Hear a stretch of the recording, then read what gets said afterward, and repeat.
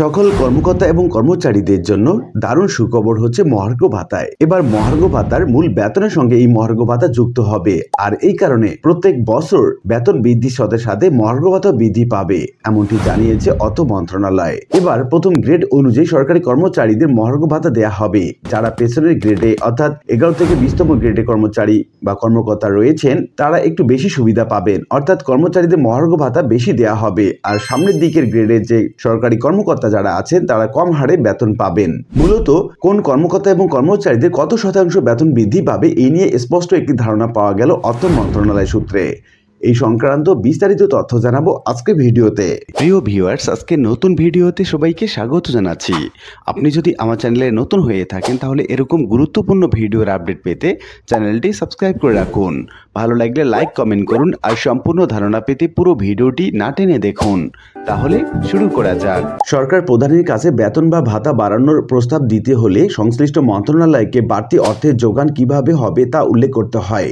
অর্থ মন্ত্রণালয় মহার্ঘ ভাতা বাড়ানোর পক্ষে কি যুক্তি দিয়েছে তা জানতে চাইলে অর্থ মন্ত্রণালয়ের কর্মকর্তা জানান, রাজস্ব খাতে ব্যয় কমিয়ে রাখা খুব কঠিন, কাজেই সবকিছু উন্নয়ন বাজেটের উপরে গিয়ে পড়বে। উন্নয়ন বাজেট কমানো হবে, সেই অর্থ দিয়ে বর্ধিত বেতন ভাতা দেয়া হবে। সবকিছু ঠিক থাকলে ফেব্রুয়ারি মাসের বেতনের সঙ্গেই মহার্ঘ ভাতা দেওয়ার প্রস্তাব রয়েছে অর্থ মন্ত্রণালয়ের।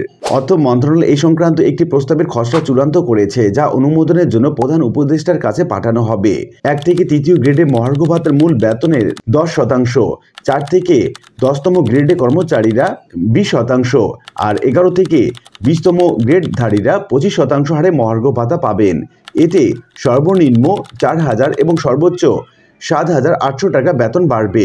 স্কেলের মারপ্যাচের কারণেই কেউ 4,000 টাকা কম এই ভাতা পাবেন না। তবে মহার্ঘ ভাতা কার্যকর হওয়ার পর আগে সরকারের দেয়া 5% বিশেষ প্রণোদনা সুবিধাটি তাহলে বহাল থাকবে না। অর্থ মন্ত্রণালয়ের কর্মকর্তা দেশ রূপান্তরকে এই তথ্য জানিয়েছেন। তারা আরও জানিয়েছেন, পেনশন ভোগরত কর্মকর্তা এবং কর্মচারীরাও এই মহার্ঘ ভাতা পাবেন। এদিকে গত বৃহস্পতিবার এই অর্থ বছরে মহার্ঘ ভাতা দেওয়ার বিষয়টি নিশ্চিত করেছে জনপ্রশাসন মন্ত্রণালয়ের সিনিয়র সচিব মোখলেছুর রহমান। তিনি বলেছেন, আগামী 30 জুনের মধ্যেই কর্মচারীদের জন্য মহার্ঘ ভাতা ঘোষণা করা হবে। তবে কত শতাংশ মহার্ঘ ভাতা ঘোষণা করা হবে সেই বিষয়ে কিছু জানাননি জনপ্রশাসন সচিব। জনপ্রশাসন সচিব আরও বলেন, মহার্ঘ ভাতা নিয়ে 2টি সভা করা হয়েছে। এবার যারা পেনশনে গিয়েছেন তাদেরও মহার্ঘ ভাতা দেয়া হবে। যারা মহার্ঘ ভাতা পাবেন ইনক্রিমেন্টের সময় সেই ভাতা বেসিকের সঙ্গে যুক্ত হবে। কত শতাংশ মহার্ঘ ভাতা দেয়া হবে এই প্রশ্নের জবাবে মহার্ঘ ভাতা পর্যালোচনা কমিটির এক সদস্য অর্থ উপদেষ্টা এবং অর্থ সচিবের সঙ্গে কথা বলার পরামর্শ দেন। সরকারি কর্মচারীদের সর্বশেষ পে স্কেল দেওয়া হয় 2015 সালে। এরপর আর বেতন বাড়েনি তাদের, অথচ নিত্য প্রয়োজনীয় দ্রব্যের দাম বেড়েছে। চাকরিজীবীদের দৈনন্দিন খরচ বেড়ে যাওয়ার মূল বেতনের সঙ্গে নির্দিষ্ট হারে মহার্ঘ ভাতা দেওয়ার সিদ্ধান্ত নিয়েছে সরকার। মুদ্রাস্ফীতির সঙ্গে সমন্বয় করতে দীর্ঘদিন ধরে সরকারি কর্মচারীদের দাবি ছিল মহার্ঘ ভাতার। এর পরিপ্রেক্ষিতে অন্তর্বর্তীকালীন সরকার মহার্ঘ ভাতা নির্ধারণে কমিটি গঠন করে। কমিটি বিষয়ে অর্থ বিভাগে জারি করা আদেশে বলা হয়েছিল, সরকারি কাজে নিয়োজিত সরকারি বেতন স্কেল 2015 এর আওতাভুক্ত কর্মকর্তা এবং কর্মচারীদের মহার্ঘ ভাতা সংস্থানের বিষয়টি পর্যালোচনা করে সুপারিশ করার জন্য এই কমিটি গঠন করা হয়। কমিটির কার্যপরিধি ছিল মহার্ঘ ভাতার প্রযোজ্যতা এবং প্রাপ্যতার বিষয়ে পর্যালোচনা এবং প্রয়োজনীয় সুপারিশ দাখিল করবে কমিটি।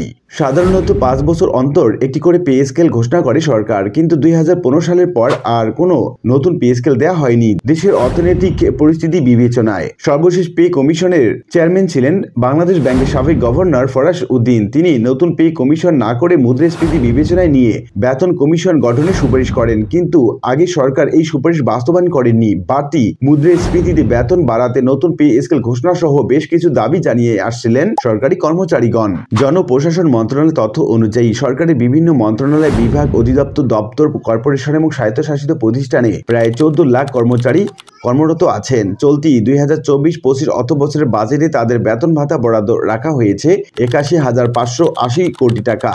বাজেটে মহার্ঘ ভাতার কোনো বরাদ্দ নেই, তবে কমিটির সুপারিশের ভিত্তিতে এই হারে চূড়ান্ত করে পরিচালন বাজেটের অন্য খাতের সঙ্গে সমন্বয় করা হবে। সরকারের সব সেক্টরে মহার্ঘ ভাতা দেওয়ার প্রভাব পড়ে বেসরকারি চাকরিজীবী এবং সাধারণ মানুষের উপর, কারণ সরকারি কর্মকর্তা এবং কর্মচারীদের বেতন ভাতা বাড়লেও বেসরকারি চাকরিজীবীদের বেতন ভাতা বাড়ানোর তেমন কোনো দায়িত্ব নেন না। এই কারণে 21 লাখ বেসরকারি বেসামরিক কর্মচারীর বেতন বৃদ্ধির যাতায়াত হলে পিষ্ট হয় সাধারণ মানুষ। তো উল্লিখিত বিভিন্ন আলোচনা থেকে আমরা এটুকু বলতে পারি যে সর্বোচ্চ 25% মহার্ঘ ভাতা ঘোষণা আসতে পারে যে কোনো সময়। তবে সবচেয়ে বড় সুখবর হলো মহার্ঘ ভাতার সঙ্গে এবার মূল বেতনের সঙ্গে মহার্ঘ ভাতা এবার যুক্ত হবে, আর এই কারণে বেতন বৃদ্ধির সাথে সাথে মহার্ঘ ভাতার পরিমাণও বৃদ্ধি পাবে, যাতে মুদ্রাস্ফীতির সঙ্গে সমন্বয় করতে পারে কর্মকর্তা এবং কর্মচারীগণ। আশা করি বিষয়টি বুঝতে পেরেছেন। আর আজকের ভিডিওটি এ পর্যন্তই। আশা করি ভিডিওটি আপনাদের ভালো লেগেছে। ভিডিওটি ভালো লাগলে লাইক কমেন্ট করতে ভুলবেন না।